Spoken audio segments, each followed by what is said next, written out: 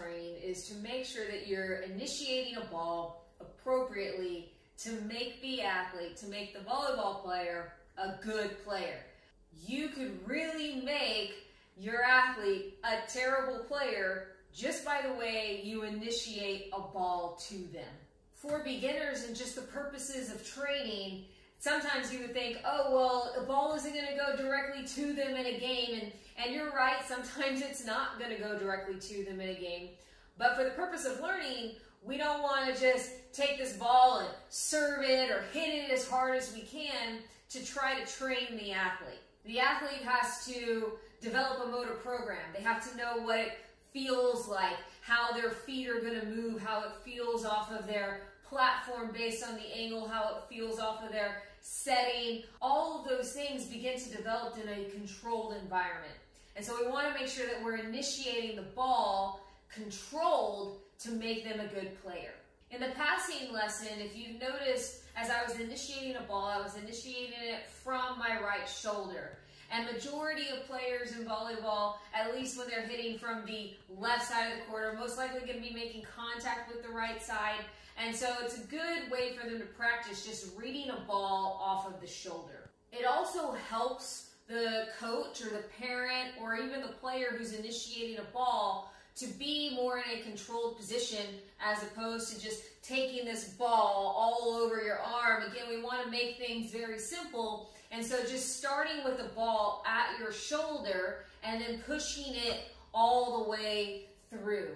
And so that's where the ball would start. And then as I would push the ball, there would be a backspin on the ball. I'll show you one more time, but as I have the ball on my right shoulder, my left foot is forward, I'm going to be pushing and creating a backspin on the ball. As the initiator, you really want to control where that ball is going. So for a passer who's always trying to pass the ball at their midline, between, kind of in the strike zone, between their chest and their knees, that's where you want the ball to hit. If we throw a ball to the face or to the chest, then the athlete is going to be practicing a bad form. And so it's very important that as you're initiating this ball, that is what you're aiming for every single time as you are getting them to pass the ball. Also in the passing session, when you saw that there was a net, I was bowling the ball over the net. So just like you would normally bowl a bowling ball to the ground, we're bowling it over for them to practice to move their feet and to pass that ball within that strike zone between their chest and their knees in order to get the ball to go to target. This bowling motion is a very controlled motion, even as opposed to throwing. It's going straight on to where you want the ball to go.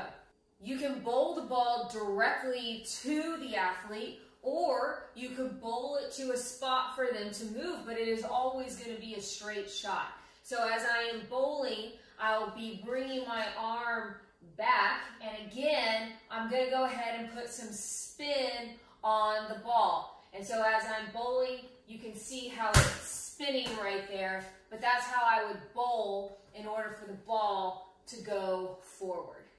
The next important way to initiate a ball is the two-handed toss. And a lot of the times when we tell our athletes to toss the ball, they might do it with one hand, they might even chest pass it. Again, we're trying to create a motor program, and we're trying to make it as easy as possible for the athlete to get familiar with the skill that they are trying to perform. Both in the hitting and the setting videos, the initiator was tossing the ball with two hands. So when we're tossing the ball with two hands, it'll probably start right at your stomach, and then you're going to go ahead and drop it a little bit and then bring it right back up.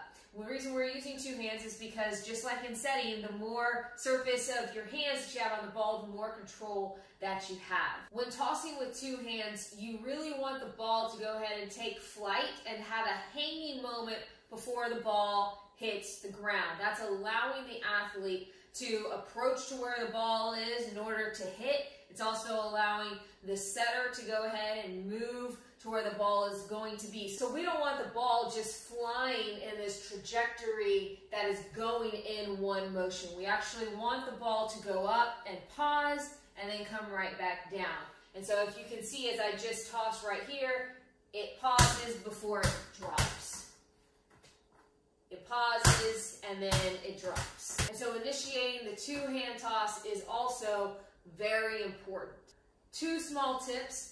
For setters, you want to be able to toss that ball to where it is going to land on their head, especially if they're in a kneeling position. They're not going to be able to move to the ball. And so my 65-year-old mom, when she was tossing to me, and granted I was cutting things out of the video, but if it isn't a good toss, it's okay for the athlete to just kind of catch it and throw it back, because we don't want to create bad habits based on the toss.